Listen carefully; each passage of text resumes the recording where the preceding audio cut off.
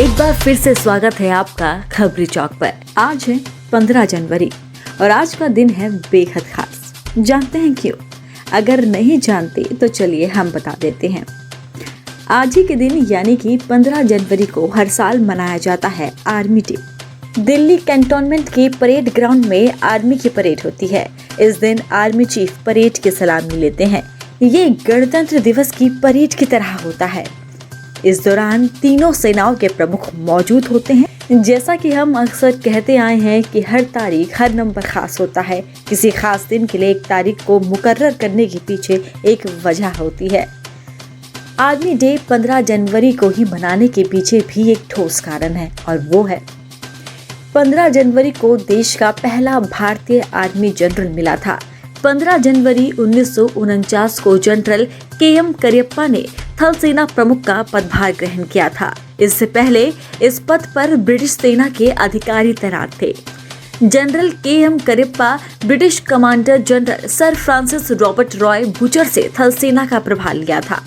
Butcher अंतिम commander in chief थे। वो 1 जनवरी 1948 से 15 जनवरी 1949 तक देश के कमांडर इन चीफ रहे।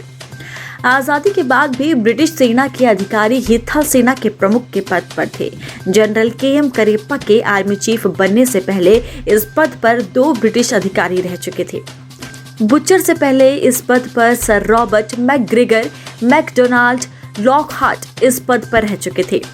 15 जनवरी 1949 को जनरल के.एम. करियप्पा ने कमांडर इन चीफ का पदभार संभाला। तब से हर साल 15 जनवरी आर्मी डे के तौर पर मनाया जाता है।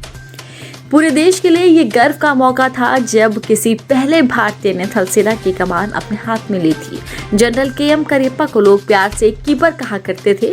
जब वो भारत के पहले कमांडर इन चीफ बने, उनकी उम्र महज 49 साल की थी। वो पूरे 4 साल तक आर्मी चीफ रहे। 16 जनवरी 1953 को वो रिटायर्ड हुए। General KM. करियप्पा ने भारत पाकिस्तान बंटवारे में अपनी अहम भूमिका निभाई थी। दोनों देशों के बीच के सेटलमेंट में उनका अहम रोल था। General KM. करियप्पा उस आर्मी सब कमेटी के भी हिस्सा थे जिसने दोनों देशों के बीच सेना के बंटवारे का काम किया था। आधिकारिक तौर पर 1 अप्रैल 1895 को भारतीय थल सेना का गठन हुआ था। ईस्ट इंडिया कंपनी के सैनिकों को भारतीय थल सेना में शामिल किया गया था। उस वक्त इसे ब्रिटिश इंडियन आर्मी कहा गया। आजादी के बाद इसे ही नेशनल आर्मी कहा गया। आजादी के बाद भी 1949 तक ब्रिटिश सेना के अधिकारी ही आर्मी चीफ का पद पर तैनात रहे। आजादी हासिल करने के करीब 1.5 बरस बाद 15 जनवरी 1949 को जनरल के.एम. करियप्पा ने ब्रिटिश अधिकारी से भारतीय थल सेना का प्रभार लिया था।